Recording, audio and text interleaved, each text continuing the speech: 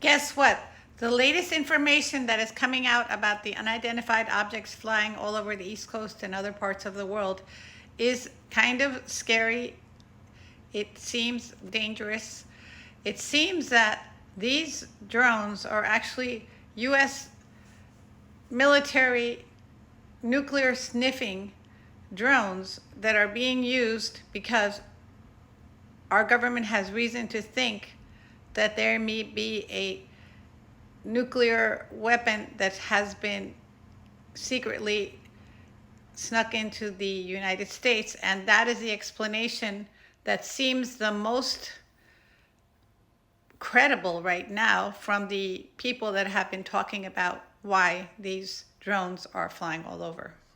It appears as though we now have a rational explanation for the drone phenomena that is captivating the population.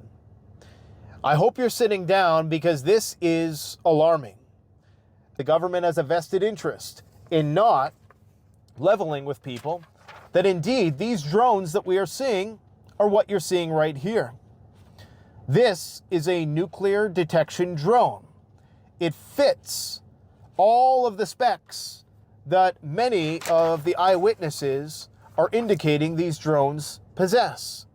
The size of a small car. You can see, not quite the size of a small car, smaller than that, but of course when these things are operational and the props are spinning, it's likely going to look a lot bigger than it actually is. And of course it's impossible to determine the size of something unless you have something to relate it to. So unless you know how high up the drone is, and unless there's something in the backdrop to compare it to, most people are just going to assume that, yeah, it's bigger than a normal drone, but we just don't know how big it actually is. Now, this type of technology has been around probably for about 10 years. Nuclear detection technology, nuclear sniffer planes, this is nothing new. They utilize these frequently. It's a part of U.S. Stratcom, and they even have them at airports, I do believe. But to put them on drones, the reason why you would still need the beacons on, and the reason why the lights are still on these drones that people are seeing, and it would explain the size of them as well, is because, of course, you still have to comply with federal regulations. Because were something to happen, then they would have to explain themselves.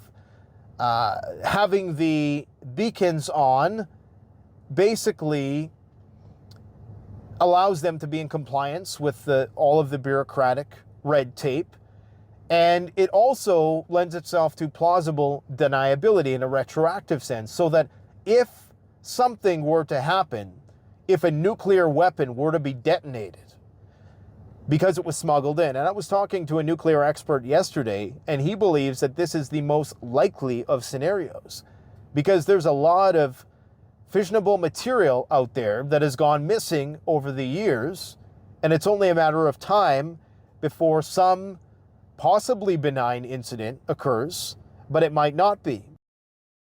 This would explain why the government is not giving any answers as to what the reasons for the drones are, and they are saying that they are doing the best to investigate, but that there is no danger to the public.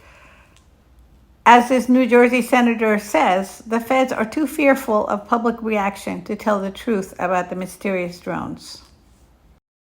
And it would also explain why they are putting out notices that no one is to get near any downed drone.